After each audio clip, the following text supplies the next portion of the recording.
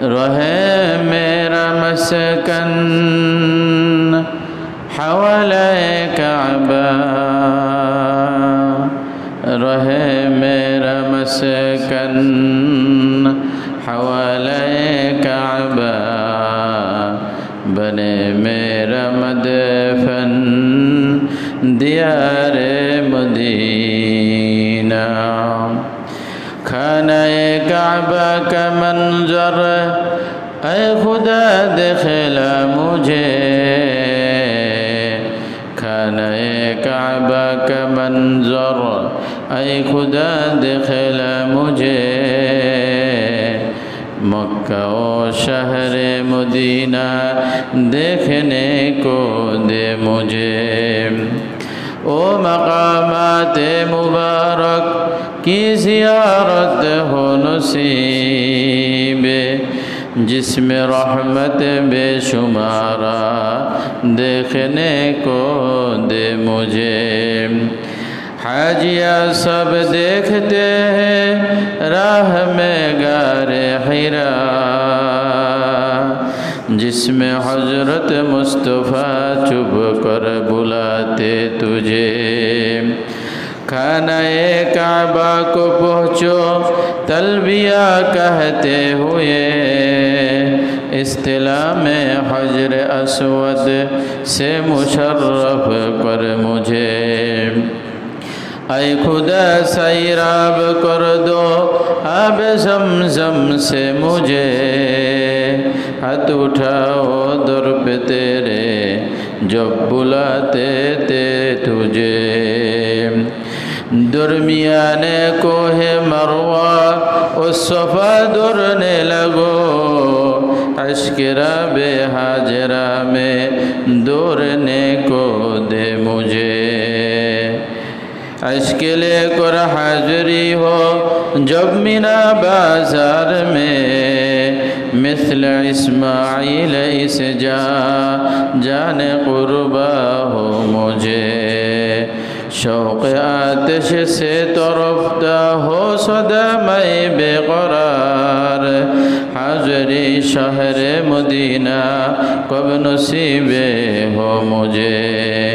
गुंबद खजरा तो देखा दे रोज़े अतहर मुझे, दुर्मियाने क़ब्र मिंबर गिर गिराते दे मुझे। আল্লাহ রব্বুল আলামিনের অগণিত শুকর। মহান রব্বুল আলামিন আমাদেরকে ভালোবেসে মোহাব্বত করে দয়া করে মায়া করে পবিত্র জিলকদ মাসের হজের মৌসুমে জুমার দিনে মসজিদে আসার বসার তৌফিক দান করেছেন, এজন্য শুকরিয়া আদায় করি আলহামদুলিল্লাহ। আল্লাহ রব্বুল আলামিন আমাদেরকে ঈমানের মতন দৌলত দান করছেন, এজন্য শুকরিয়া আদায় করি আলহামদুলিল্লাহ। ঈমানের দৌলত দিয়ে সর্বশ্রেষ্ঠ নবী, সর্বশেষ নবী, খাতামুন নবিয়্যিন, সাইয়্যিদুল মুরসালিন, সৈয়দুস সাকালাইন, রহমাতুল লিল আলামিন জনাব মুহাম্মদুর রাসূলুল্লাহ সাল্লাল্লাহু আলাইহি ওয়াসাল্লামের উম্মত হিসেবে দুনিয়াতে পাঠিয়েছেন, এজন্য আবারও শুকরিয়া আদায় করি আলহামদুলিল্লাহ। মুমিনের ঈমানের দাবি হলো মুমিন সবথেকে বেশি ভালোবাসবে আল্লাহ এবং তার রাসূলকে। মুমিন দুনিয়ার মধ্যে সবথেকে বেশি ভালোবাসবে আল্লাহ এবং তার রসুলকে। কেন? একজন মুমিনের জন্য সবথেকে বড় দরদি এবং হিতাকাঙ্ক্ষী হলো আল্লাহ এবং তার রসুল সাল্লাল্লাহু আলাইহি ওয়াসাল্লাম। কিন্তু বর্তমান জামানায় লক্ষ কোটি মুমিন পাওয়া যায়, কিন্তু দিলের মধ্যে আল্লাহর মোহাব্বত, রসুলের মোহাব্বত পরিপূর্ণভাবে পাওয়া যায় না। এজন্য কোন এক কবি বলেন, ইশকে মাহবুবে খুদা জিস দিল মে হাসিল নেহি, ইশকে মাহবুবে খুদা জিস দিল মে হাসিল নেহি, লাখো মুমিন হো মগর ঈমান মে কামিল নেহি। খুদার রসুলের ভালোবাসা যার অন্তরের মধ্যে থাকবে না, এরকম লাখো মুমিন পাওয়া যাইতে পারে, কিন্তু আসলে এই মুমিনরা শতভাগ কামিয়াব নয়। মুমিন শতভাগ কামিয়াব হওয়ার জন্য মুমিনের অন্তরের মধ্যে আল্লাহর রসুলের ভালোবাসা পরিপূর্ণরূপে থাকতে হবে। সবথেকে বেশি ভালোবাসতে হবে আল্লাহকে, আল্লাহর পরে সবথেকে বেশি ভালোবাসতে হবে জনাবে মুহাম্মদুর রাসূলুল্লাহ সাল্লাল্লাহু আলাইহি ওয়াসাল্লামকে। আর আমাদেরকে আল্লাহ এবং রসুলের থেকে সবথেকে বেশি দূরে সরিয়ে রাখে এই দুনিয়ার ধোঁকা। দুনিয়ার ধোঁকায় পড়ে হাজারো মানুষ, লক্ষ মানুষ আল্লাহ এবং তার রসুলের থেকে দূরে চলে যায়। এজন্য নিজেই দোষী। বুলবুল পাখি শিকারি আধার দিয়ে যখন ডাকতে থাকে, তো শিকারির কাছে পাখি ধরা পড়ার জন্য দোষী পাখি। কেন পাখি কেন আধার খেতে গেল? শিকারি তো শিকার দিয়ে ডাকতে থাকবে, কিন্তু আমি যদি না যাইতাম তাহলে তো আমি ধরা পড়তাম না। এজন্য শিকারির দোষ না দিয়ে দোষটা নিজের দিকে দেওয়া। ঠিক আমাদের এই অধঃপতন আল্লাহ রসুলের থেকে দূরে চলে যাওয়ার কারণ হলো দুনিয়া। আমি দুনিয়ার দিকে ধাবিত হয়ে গেছি। মাইনে তুঝে পর আশিকি পর জিন্দেগি বরবাদ কি। কবরের জগতে, হাসরের জগতে মানুষ আফসোস করতে থাকবে আর বলতে থাকবে, মাইনে তুঝে পর আশিকু কর জিন্দেগি বরবাদ কি। खुद फंसा फंदा में बुलबुल क्या खता सैयाद की। নিজে নিজে আফসোস করতে থাকবে, আরে আমি তো আমার জিন্দেগি তো আমি শেষ করছি, দুনিয়ার আসক্ত তো আমার মধ্যেই ছিল। আমি দুনিয়ার বাড়ি গাড়ি সম্পদ করতে করতে আল্লাহকে ভুলে গেছি, আল্লাহ রসুলকে ভুলে গেছি, আল্লাহর হুকুম থেকে দূরে সরে গেছি, রসুলের হুকুম থেকে দূরে সরে গেছি। দুনিয়াকে মোহাব্বত করে আজকে আমি শেষ হয়ে গেলাম। দুনিয়ার টাকা পয়সা জমা করতে যায়, ধরতে যায়, আজকে আমি বরবাদ হয়ে গেছি। তখন দুনিয়াকে তিরস্কার করে বলতে থাকবে, মাইনে তুঝে পর আশিকু কর জিন্দেগি বরবাদ কি। আমি তোমার মোহাব্বতে, তোমার ভালোবাসায় আমার জিন্দেগি বরবাদ করে দিছি, দুনিয়াকে বলবে। আর আজকে আমি আল্লাহকে ভুলে গেছি। আল্লাহকে ভুলে যাওয়ার যত মাধ্যম আছে তার একটা মাধ্যম হলো দুনিয়ার লোভ লালসা মানুষকে আল্লাহর থেকে দূরে সরাই দেয়। এজন্য আল্লাহ তাআলা বলছেন, ওয়ামিনান নাসি মাইয়াত্তাখিযু মিন দুনিল্লাহি আনদাদা ইউহিব্বুনাহুম কাহুব্বিল্লাহ ওয়াল্লাযীনা আমানু আশাদ্দু হুব্বাল লিল্লাহ। আল্লাহ তাআলা বলেন, দুনিয়ার অনেক মানুষ অনেক কিছুকে ভালোবাসে, কিন্তু খাঁটি মুমিন যে, সে সব থেকে বেশি ভালোবাসে আল্লাহকে। ওয়াল্লাযীনা আমানু আশাদ্দু হুব্বাল লিল্লাহ। যারা মুমিন তাদের অন্তরের মধ্যে সব থেকে বেশি মোহাব্বত ভালোবাসা থাকবে কার? আল্লাহর। মুমিন আল্লাহকে ভালোবাসবে, মুমিন রসুলকে ভালোবাসবে, মুমিন আল্লাহর হুকুমকে ভালোবাসবে, মুমিন রসুলের হুকুমকে ভালোবাসবে, মুমিন আল্লাহকে দেখার জন্য পাগল থাকবে, মুমিন রসুলের সাক্ষাতের জন্য পাগল থাকবে, মুমিন বাইতুল্লাহর জন্য পাগল থাকবে, মুমিন রসুলের রওজার জন্য পাগল থাকবে। দুনিয়ার মানুষ তো অনেক কিছু দেখে মজা পায়। কোনো ব্যক্তি জাপানে যায়, জার্মানে যায়, আমেরিকা যায়, শত শত দেশে মানুষ ঘোরে, কিন্তু মুমিন ঘোরার জন্য, মুমিনের মোহাব্বত বাইরে যাওয়ার জন্য থাকলে থাকবে মক্কা মদিনা দেখার জন্য। না আমেরিকা না লন্ডন সে হো নিসবত, না আমেরিকা না লন্ডন সে হো নিসবত, हमें उल्फत हमें मस्ते मोहब्बत कर खुदाया, न ज़बा से न जर्मन से हो निस्बत, हमें उश्शाक़ काबा कर खुदाया।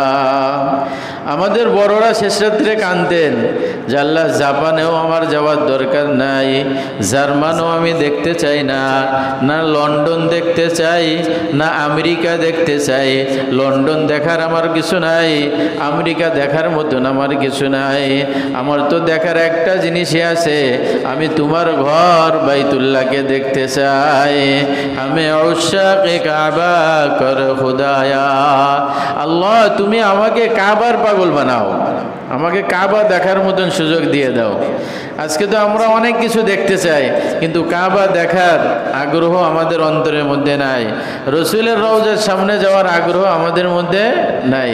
আল্লাহ তাআলা বলেন, ইন্না আউওয়ালা বাইতি উদিআ লিন-নাস লাল্লাযী বিবাক্কাতা মুবারাকান ওয়া হুদাল লিল আলামিন ফীহি আয়াতুম বায়িনাতুম মাকামু ইব্রাহিম ওয়া মান দাখালাহু কানা আমিনা ওয়া লিল্লাহি আলান নাসি হজ্জুল বাইতি মান ইসতাতাআ ইলাইহি সাবিলা। আরেক আয়াতের মধ্যে আল্লাহ রাব্বুল আলামিন হযরত ইব্রাহিম আলাইহিস সালাতু ওয়াস সালামকে এলান দিতে বললেন, ওয়াজিন ফিন-নাসি বিল হজ্জি ইয়াতুকা রিজালাও ওয়া আলা কুল্লি দামিরি ইয়াতিনা মিন কুল্লি ফাজ্জিন আমিক।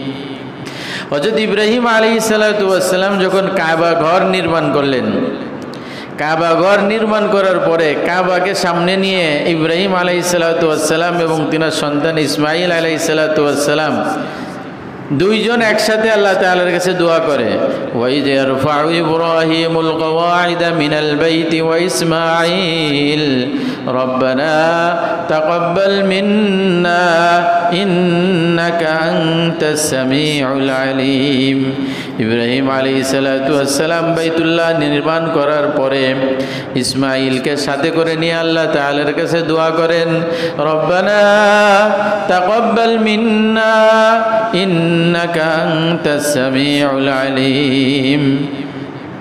হে আল্লাহ, আপনি আমাদের এই বাইতুল্লাহ নির্মাণের এই কাজকে কবুল করেন। আপনি তো সর্বশ্রোতা সর্বদ্রষ্টা, আপনি সব কিছু জানেন।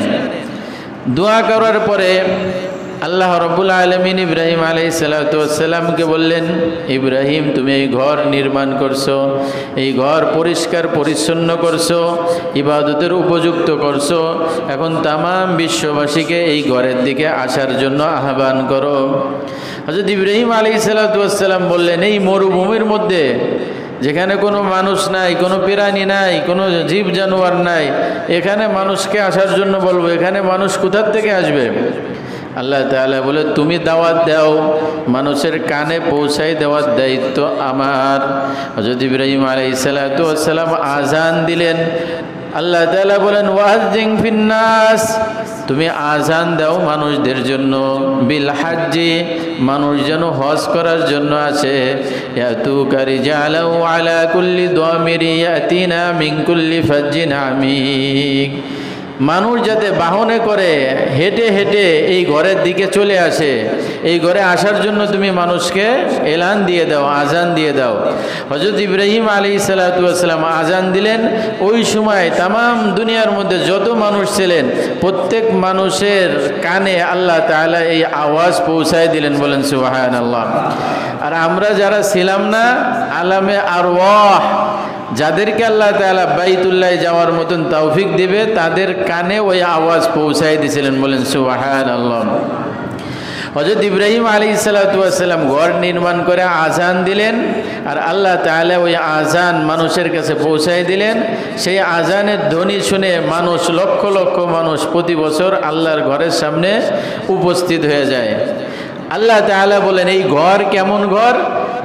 ইন্না আউওয়ালা বাইতি উদিআ লিন-নাস লাল্লাযী বিবাক্কাতা মুবারাকান ওয়া হুদাল লিল আলামিন। আল্লাহ তাআলা এই আয়াতের মধ্যে এই ঘরের কয়েকটা ফজিলত বর্ণনা করছেন। কেমন ঘর? এক নম্বর আল্লাহ তাআলা বলেন, ইন্না আউওয়ালা বাইতিন, এটা সর্বপ্রথম ঘর, উদিআ লিন-নাস, এবং এটা মানুষের জন্য বানানো হয়েছে, মানুষের ইবাদতের জন্য এই ঘর বানানো হয়েছে। লাল্লাযী বিবাক্কা, যেই ঘরটা মক্কা নগরীতে অবস্থিত, মুবারাকান, যেই ঘরটা বরকতপূর্ণ, ওয়া হুদাল লিন-নাস, আর মানুষদের জন্য, বিশ্ববাসীর জন্য এই ঘরটা হিদায়াত স্বরূপ। ফীহি আয়াতুম বায়িনাতুম মাকামু ইব্রাহিম, এখানে অনেক বড় বড় নিদর্শন রয়ে গেছে, তার মধ্যে একটা নিদর্শন হলো মাকামে ইব্রাহিম। ওমান দাখালাহু কানা আমিনা, যেই ব্যক্তি ঘরে প্রবেশ করবে সে নিরাপদ হয়ে যাবে। এরপর আল্লাহ তাআলা বলেন জাগার ফজিলত বর্ণনা করা। 1 নম্বর, এই ঘরটা প্রথম ঘর। 2 নম্বর, মানুষের ইবাদতের জন্য বানানো হয়েছে। 3 নম্বর, এটা মক্কায় অবস্থিত। 4 নম্বর, এটা বরকতপূর্ণ ঘর। 5 নম্বর, এটা মানুষের জন্য হিদায়েত। 6 নম্বর, এখানে অনেক বড় বড় নিদর্শন আছে। 7 নম্বর, এখানে মাকামে ইব্রাহিম আছে। আরো অনেক ফজিলত আছে। ওয়ালিল্লাহি আলান নাসি হজ্জুল বাইতি মান ইসতাতাআ ইলাইহি সাবিলা। এরপর আল্লাহ তাআলা বলেন যাদেরকে আমি সচ্ছলতা দিছি, সক্ষমতা দান করছি, যাদের আমার এই ঘরে আসার মতন সুযোগ আছে, তারা যেন আমার ঘরে এসে উপস্থিত হয়। আর যেই ব্যক্তি আসতে চায় না, শুনিয়া রাখো, ওমান কাফারা, যে আসতে চায় না, ফাইন্নাল্লাহা গনিয়্যুন আনিল আলামিন, আল্লাহ তাআলা বিশ্ব জগতের মধ্যে সবথেকে বড় ধনী। আল্লাহ তাআলার কোনো কিছু প্রয়োজন নাই। তুমি যদি আমার এই ঘরে না আসো, আমি সবথেকে বড় ধনী, আমার কোনো ক্ষতি হবে না, ক্ষতি বরঞ্চ তোমার হবে। তা আল্লাহ তাআলা এই বরকতপূর্ণ ঘরে আসার জন্য মানুষদেরকে আল্লাহ তাআলা দাওয়াত দিয়েছে। এই ঘর, এখানে আল্লাহ তাআলা কি পরিমাণ বরকত রাখছে, কি পরিমাণ বরকত রাখছে, কি পরিমাণ বরকত রাখছে। আল্লাহ রাব্বুল আলামিন রাসূল করিম সাল্লাল্লাহু আলাইহি ওয়াসাল্লাম ঘোষণা করেন, যেই ব্যক্তি বাইতুল্লাহ শরীফে উপস্থিত হবে, 1 রাকাত নামাজ পড়বে, আল্লাহ তাআলা 1 লক্ষ রাকাত নামাজ পড়ার সওয়াব তার আমলনামায় দান করবেন। বলেন সুবহানাল্লাহ।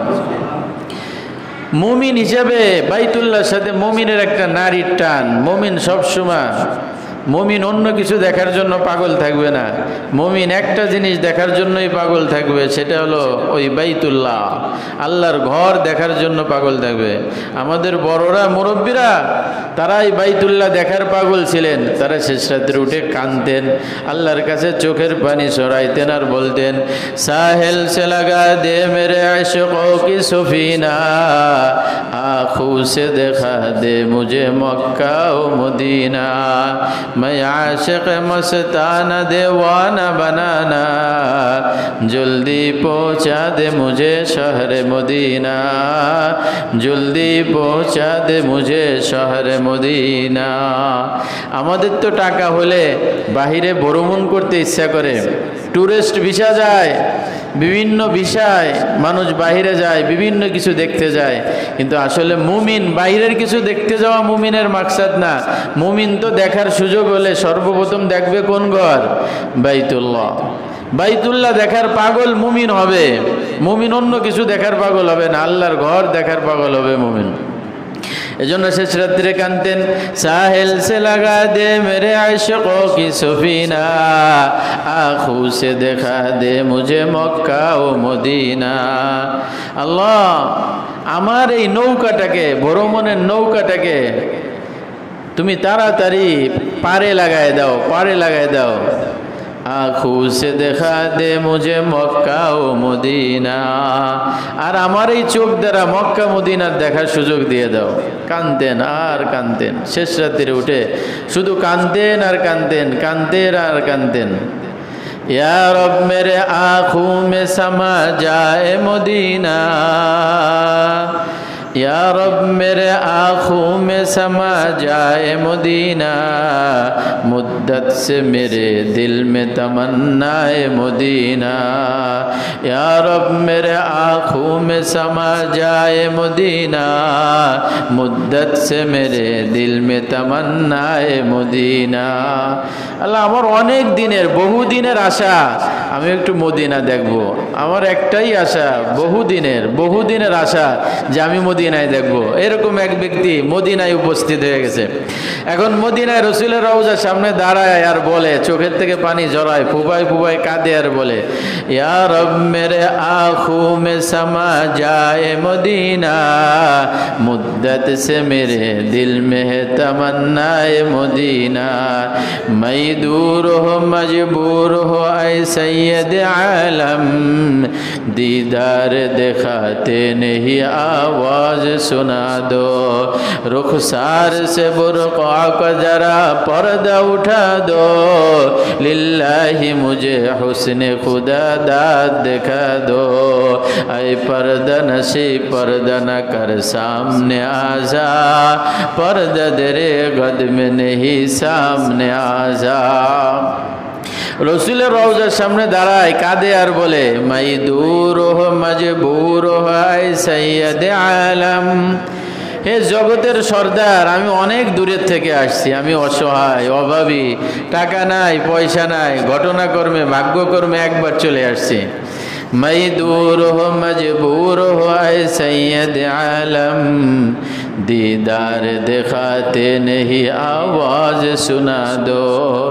আপনাকে দেখা তো সম্ভব নয়, কিন্তু আপনার একটু আওয়াজ শোনাই দেন। ওই রওজায় আধারের থেকে আমার সাথে একটু কথা বলেন, আমি যে সালাম দিচ্ছি আমার সালামের উত্তরটা একটু দিয়ে দেন। কাঁদে, ফুপাই ফুপাই কাঁদে আর বলে, জীবনে কোনোদিন বলার সুযোগ পাইছি? কোনোদিন বলার সুযোগ পাইলাম না। সেইভাবে অন্তরে মোহাব্বতও আসে না, সেই টানও আসে না। আর যাদের অন্তরের মধ্যে টান ছিল তারা কাঁদতেন। খানায়ে কাবা কা মঞ্জর আয়ে খুদা দেখলা মুঝে, খানায়ে কাবা কা মঞ্জর আয়ে খুদা দেখলা মুঝে, মক্কা ও শহরে মদিনা দেখনে কে দে মুঝে। আল্লাহ, কাবার শরীফের ওই চত্বর, ওই অবস্থান আমাকে একটু দেখার সুযোগ দিয়ে দাও, আমাকে একটু দেখার সুযোগ দিয়ে দাও, এবং মক্কা ও মদিনা আমাকে একটু দেখার মতন তৌফিক তাড়াতাড়ি দিয়ে দাও, তাড়াতাড়ি দাও। ও মাকামাত মুবারক কি জিয়ারত হো নসিব, जिसमें रहमत बेशुमारा देखने के दे मुझे। ওই বরকতপূর্ণ স্থানগুলো কবে দেখার মতন সৌভাগ্য আমার হবে, কবে দেখার সৌভাগ্য আমার হবে, যেখানে তোমার রহমত, অগণিত রহমত, যেখানে সব সময় রহমতের বাড়ি দ্বারা বর্ষণ হচ্ছে, কবে আমার দেখার সৌভাগ্য হবে। এভাবে কাঁদতেন আর আল্লাহর কাছে বলতে থাকতেন, বলতে থাকতেন, বলতে থাকতেন। আল্লাহ তাআলা বলেন, ওয়াল্লাযীনা জাহাদু ফীনা লানাহদিয়ান্নাহুম সুবুলানা, বান্দা তুমি আমার রাস্তায় চলার জন্য যদি চেষ্টা করো, আমি তোমার রাস্তা সহজ করে দেব। তুমি যদি এক হাত অগ্রসর হও, আমি দুই হাত অগ্রসর হব।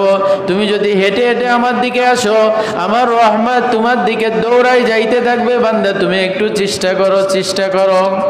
ওয়াল্লাযীনা জাহাদু ফীনা লানাহদিয়ান্নাহুম সুবুলানা, যে আমার রাস্তায় আসার জন্য চেষ্টা করে, আল্লাহ তাআলা তার রাস্তাকে কি করে দেন? সহজ করে দেন। আমাদের তো চেষ্টা নাই, আল্লাহর ঘর দেখার মতন আকাঙ্ক্ষা অন্তরের মধ্যে নাই, আল্লাহর ঘরে যাওয়ার মতন চেষ্টা নাই। যাদের অন্তরের মধ্যে আল্লাহ তাআলা আকাঙ্ক্ষা তৈরি করে দিয়েছিলেন, তাদেরকে আল্লাহ তাআলা যাওয়ার মতন তৌফিক দিয়ে দিয়েছেন। আল্লাহ তাআলা যদি আল্লাহর ঘরে কাউকে নেন, তার পাসপোর্টও লাগে না, ভিসাও লাগে না, তার টাকা পয়সাও লাগে না, আল্লাহ তাআলা সুযোগ করে দেন। এক বুড়া চাচা উলামা ইকরামের কাছে বাইতুল্লাহর ফজিলত শুনছে, আল্লাহর ঘরের টান, আল্লাহর ঘরের কাছে যাওয়ার ফজিলত শুনছে, তার দিলের মধ্যে আল্লাহ তাআলার ঘর দেখার আগ্রহ তৈরি হয়ে গেছে। রিক্সা চালায়, রিক্সা চালায় আর মানুষের কাছে দোয়া নেয়, ভাই আমি নিয়ত করছি এবছর হজে যাব, আমার জন্য একটু দোয়া করেন। যেই প্যাসেঞ্জার হয় তার কাছে দোয়া চায়, ভাই আমার জন্য দোয়া করেন, আমি একটু হজে যাওয়ার নিয়ত করছি এবছর, আমি একটু হজে যাব। ময়মনসিংহ বাড়ি, বাস্তব ঘটনা, হজে যাওয়ার নিয়ত করছে, দিলের মধ্যে বাইতুল্লাহর টান। শেষ রাত্রে আল্লাহর কাছে কান্নাকাটি করে, আল্লাহ তুমি একটু তোমার ঘরে আমাকে নেওয়ার মতন সুযোগ করে দাও। কত মানুষ কি না তুমি নিলা, আমাকে একটু নিয়ে তৌফিক দিয়ে দাও।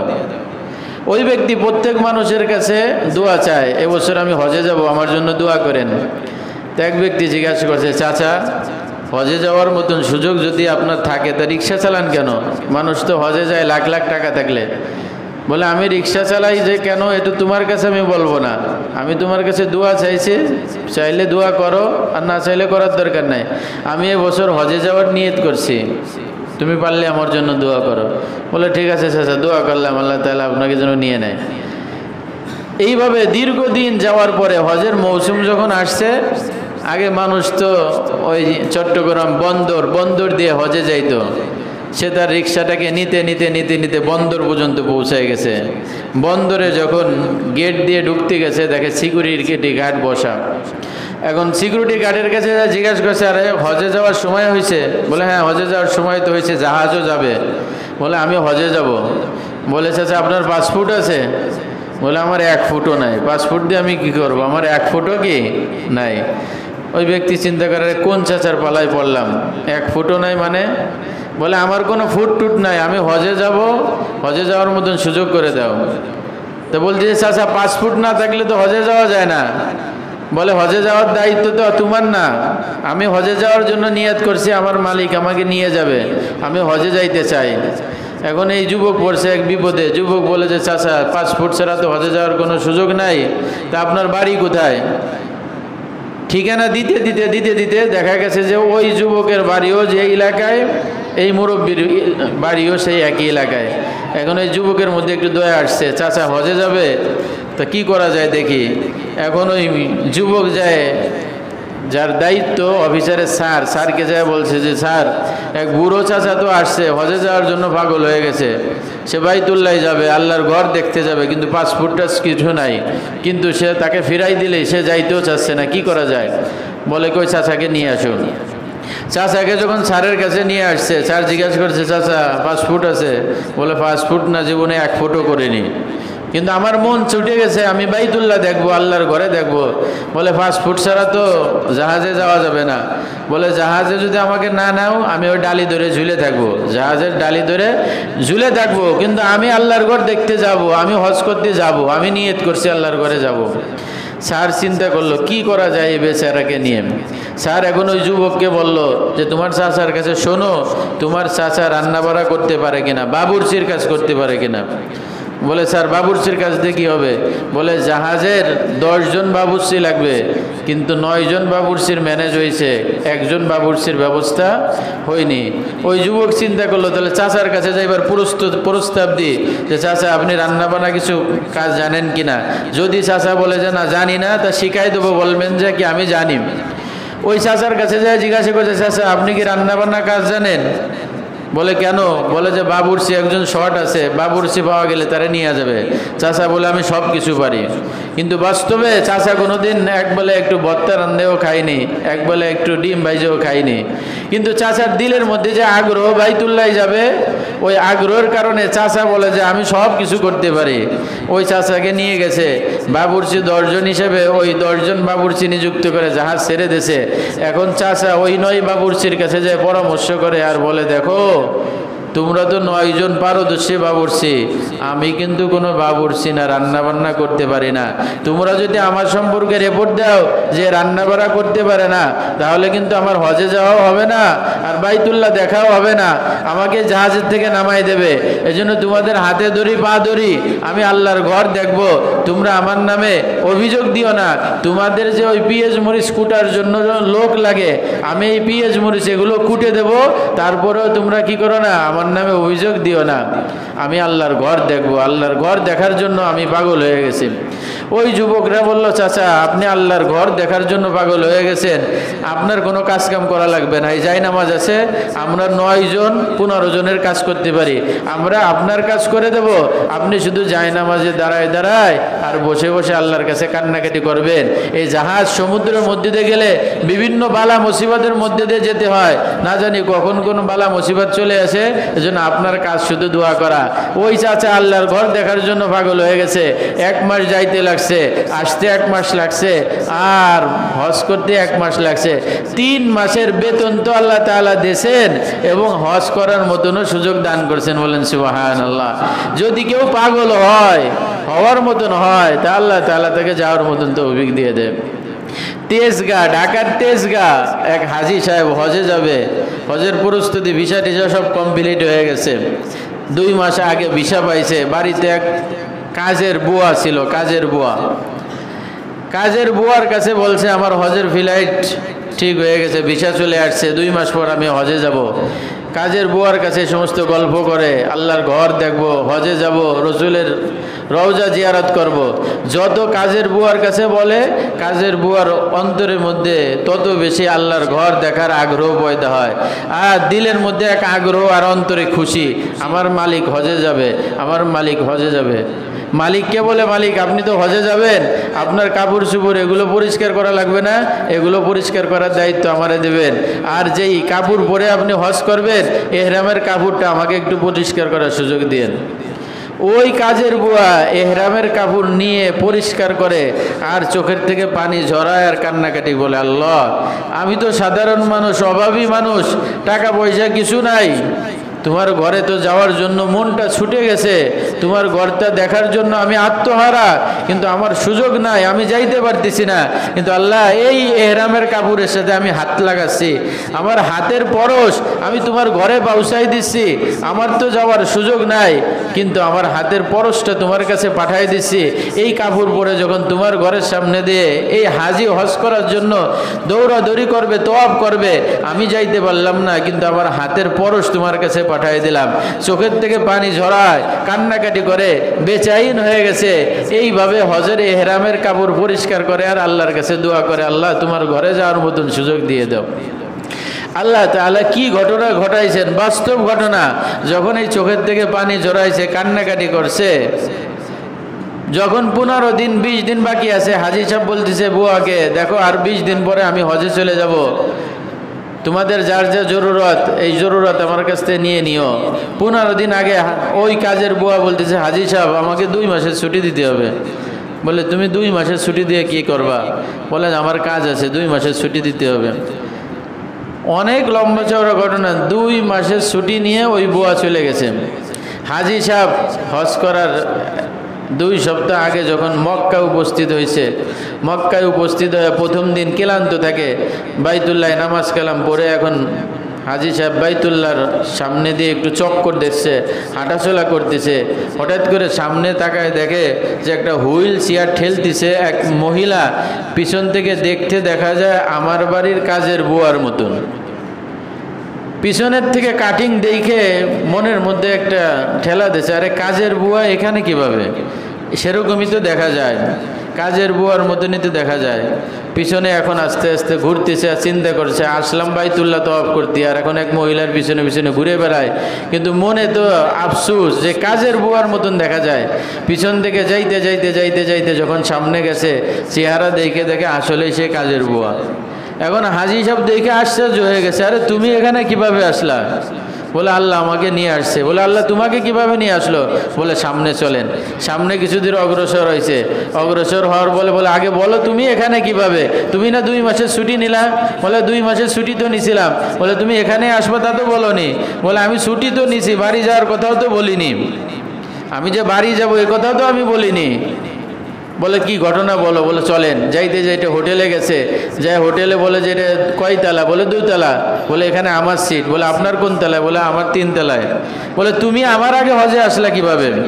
তখন ওই কাজের বুয়া ঘটনা বলতেছে, হাজি সাহেব আপনার এহরামের কাপড় ধোয়ার জন্য আমাকে দিছিলেন, আমি এহরামের কাপড় ধুইছি আর চোখের থেকে পানি ঝরাইছি আর আল্লাহর কাছে কান্নাকাটি করছি, আল্লাহ আমাকে একটু তোমার ঘরে যাওয়ার মতন সুযোগ দিয়ে দাও।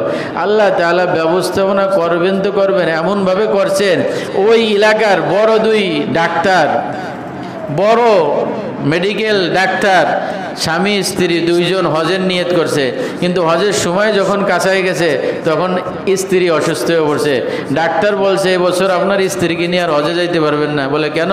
বলে, তিনি অসুস্থ, এবছর স্ত্রীকে নিয়ে হজে গেলে অসুস্থ হয়ে পড়বে, ফিরে আসার কোনো সুযোগ নাই। ডাক্তার সাহেব স্ত্রীকে বলতেছে যে তোমার আর এই বছর হজে যাওয়ার সুযোগ হবে না। বলে, কেন? বলে, ডাক্তার বলছে হজে গেলে আর ফিরে আসতে পারবে না। এখন স্ত্রী বলে, তাহলে তো ভালো কথাই হয়েছে, যদি হজের থেকে ফিরে আসার সুযোগ না হয় তাহলে আমি চাই যে আমি ওই দেশেই থেকে যাই, আমি আর বাংলাদেশে আসতে চাই না। আল্লাহ যখন মরণ দিবে তা দেশে মরে লাভ কি? আল্লাহর ঘরের সামনে যাই মারা যায়। ডাক্তার সাহেবের স্ত্রী নাসর বান্দা, সে যাবেই। এখন ডাক্তার সাহেব নিজের বাড়ি এক কাজের বুয়া ছিল, বলে, তুমি আমাদের সাথে চলো। কাজের বুয়া বলে, আমি তো বয়স হয়ে গেছে, এই হুইল চেয়ার ঠেলতে পারবো না। বলে, তোমার কাছে কোনো লোক আছে কিনা? বলে, আমি একটু খোঁজ নিয়ে দেখি। ওই কাজের বুয়া, ওই বুয়ার সাথে তার লিঙ্ক আছে, ওই কাজের বুয়াকে সে খবর দিয়েছে, যায় বলে, এই বাইতুল্লাহ যাবি নাকি? এখন ওই কাজের বুয়া তো বাইতুল্লাহ যাওয়ার জন্য আগের থেকেই পাগল, এহরামের কাপড় ধোয় আর আল্লাহ তাআলার কাছে কান্নাকাটি করে, খানায়ে কাবা কা মঞ্জর আয়ে খুদা দেখলা মুঝে, মক্কা ও শহরে মদিনা দেখনে কো দে মুঝে, ও মকামাতে মুবারক কি জিয়ারত হো নসিবে, জিসমে হযরত মুস্তাফা চুপ কর বুলাতে তুঝে। যে আল্লাহ, কাবার মানজার আমি কবে দেখবো, আমার চোখ দিয়ে কাবা ঘরটা কবে দেখবো? ওই এহরামের কাপড় ধোয়ার কান্নাকাটি করে। আল্লাহ তাআলা এমন ভাবে কবুল করছে, কাজের বুয়াকে মালিকের এক সপ্তাহ আগে বাইতুল্লাহ নিয়ে উপস্থিত করছে। বলেন সুবহানাল্লাহ। কাজের বুয়া যদি কান্নাকাটি করে আল্লাহ তাআলার কাছে পাস করাইতে পারে, আমরাও যদি আল্লাহর কাছে কান্নাকাটি করি, আল্লাহ তাআলা আমাদেরকে নিতে পারেন না? এজন্য শুধুমাত্র আল্লাহ তাআলার কাছে দরকার হলো কান্নাকাটি করা, চোখের থেকে পানি ঝরানো, নিজের কাকুতি, নিজের মনে দিয়ে আকাঙ্ক্ষা, এটা আল্লাহ তাআলার কাছে পেশ করা। এজন্য হজের মৌসুম চলতেছে, বেশি বেশি যখনই সুযোগ হবে তখন একটু আল্লাহ তাআলার কাছে কান্নাকাটি করব, একটু চোখের পানি ঝরাবো যে আল্লাহ তোমার ঘরে যাওয়ার মতন তৌফিক দিয়ে দাও। কাজের বুয়াকে যদি আল্লাহ নিতে পারে, রিক্সা চালককে যদি আল্লাহ নিতে পারে, অভাগা, লুলা, খুরা, ল্যাংরা এমন মানুষকেও যদি আল্লাহ নিতে পারে।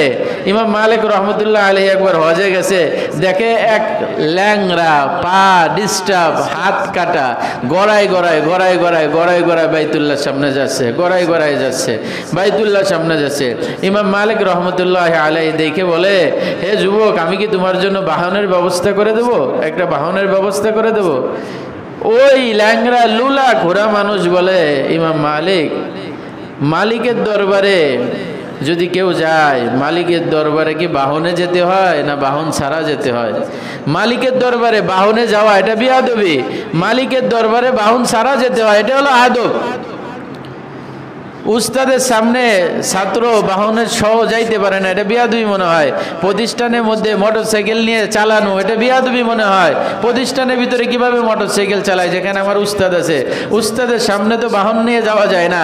ওই ল্যাংরা, লুলা চলতে পারে না, গড়ায় আর বলে, খানায়ে কাবা কা মঞ্জর আয়ে খুদা দেখলা মুঝে, মক্কা ও শহরে মদিনা দেখনে কো দে মুঝে। ওই ল্যাংরা, লুলা, যার পা নাই, হাত নাই, গড়ায় আর বলে, আল্লাহ আমার এই চোখে একটু তোমার ঘরটা দেখার মতন সুযোগ দিয়ে দাও, তোমার ঘরের সামনে আমাকে একটু উপস্থিত করে দাও। আল্লাহ যদি ল্যাংরা, লুলাকে নিতে পারে, আল্লাহ যদি ওই রিক্সা চালককে নিতে পারে, আল্লাহ যদি ওই কাজের বুয়াকে নিতে পারে, আল্লাহ তাআলা আমাকে আপনাকে নিতে পারে না? অবশ্যই পারে। শুধুমাত্র আমাদের সেই আগ্রহ, আমাদের সেই তৌফিক, আমাদের সেই রুনাজারি কান্নাকাটি করতে হবে। যাদের আমাদের তৌফিক নাই, আমরা আল্লাহ তাআলার কাছে বেশি বেশি করে কান্নাকাটি করব। আর যাদের আল্লাহ তাআলা তৌফিক দান করছেন, তারা আমরা হজের জন্য নিয়ত করি। হজ ফরজ কার? হজ ফরজ ওই ব্যক্তির যার জরুরত পূরণ করার পরে থাকার জন্য একটা বাড়ি আছে, এই বাড়ি থাকার পরে 40 দিন খাদ্য খাবার জন্য যা আছে পরিবারের, এইটুক বাদে বাকি হজে যাওয়ার মতন নগদ অর্থ অথবা সম্পত্তি অথবা যে কোনো ধরনের সম্পদ তার কাছে আছে, তার উপরে হজ ফরজ। তার উপরে কি? হজ ফরজ। অর্থাৎ এই 40 দিন নিজের ছেলে মেয়ের খাইতে যা লাগে এতটুক, আর থাকার জন্য একটা বসত ভিটা, এর অতিরিক্ত যাদের সম্পদ আছে তাদের জন্য হজ ফরজ। হাজার হাজার মানুষ আছে বিঘার পর বিঘার সম্পত্তির মালিক, এখানে 10 শতক, ওখানে 20 শতক, এক শতক জমির দাম 2 লাখ টাকা, 20 লাখ, 40, 50 লাখ টাকার সম্পদের মালিক, কিন্তু দিলের মধ্যে কোনোদিন আসলো না আল্লাহর ঘর দেখতে যাব, আল্লাহর ঘরটা দেখার দরকার। কিন্তু ওই গরিব অসহায় মানুষ কান্নাকাটি করে, আল্লাহ তাআলা তাদেরকে নিয়ে যায়। এজন্য যাদের তৌফিক আছে তারা আমরা নিয়ত করি। হজ করার মতন তৌফিক যাদের নাই, 1.5 লাখ, 2 লাখ, 3 লাখ, 5 লাখ টাকা আছে, তারা উমরার নিয়ত করেন, উমরা, আল্লাহর ঘর দেখব। এই এলাকায় বর্তমান 2, 4, 5 লাখ টাকার মালিক নাই, এরকম সংখ্যা খুব কম আছে, আমার মতন 2, 4 জন যারা আছে তারা। এছাড়া অধিকাংশ মানুষ 2, 4, 5 লাখ টাকা, 7 লাখ টাকার মালিক। যাদের টাকা বেশি তাদের তো হজ ফরজ, আর যাদের টাকা বেশি না তাদের জন্য উমরার সুযোগ আছে, উমরায় চলে যান। 1 লক্ষ টাকা, 1.5 লক্ষ টাকা খরচ হয়, আল্লাহর ঘর দেখতে একটু ইচ্ছা করে না? কাজের বুয়া কান্নাকাটি করে, রিক্সাওয়ালা কান্নাকাটি করে, ওই ল্যাংরা লুলা কান্নাকাটি করে, আল্লাহ তোমার ঘর দেখার মতন তৌফিক দাও। রসুলের রওজা দরজার সামনে যাওয়ার মতন তৌফিক দিয়ে দাও, ওই আবে জমজমের পানি খাওয়ার মতন তৌফিক দান করে দাও, বাইতুল্লাহ সামনে লাব্বাইক বলার মতন তৌফিক দান করে দাও। তাদের যদি কান্নাকাটি থাকে, আমার আপনার যাদের 2-4 লাখ টাকা করে আছে, কেন দিলের মধ্যে একটু নাড়াচাড়া আসে না? আরে আল্লাহর ঘর একটু দেখে আসি, টাকা পয়সা পরে দেখবানি। 1.5 লাখ টাকা, 1 লাখ টাকা লাগে উমরা করার মতন। এই এলাকা উমরার লোকও তেমন নাই, উমরা করতে যায় 2-3 জন আছে এরকম মনে হয়, কিন্তু উমরা করার তৌফিক অনেক মানুষের আছে, অনেক মানুষের আছে, কিন্তু আমাদের আগ্রহ নাই। হজের মৌসুম চলতেছে, যাদেরকে আল্লাহ 2-4 লাখ 5 লাখ টাকার মালিক বানাইছে, উমরা নিয়ত করেন, দিলে দিলে নিয়ত করেন, আল্লাহ আমাকে একটু তৌফিক দাও তোমার ঘর দেখার মতন। নিয়ত করি, যাদের সম্পদ আছে হজের নিয়ত করি, আল্লাহ তাআলা আমাদেরকে তৌফিক দান করে, বলেন আমিন।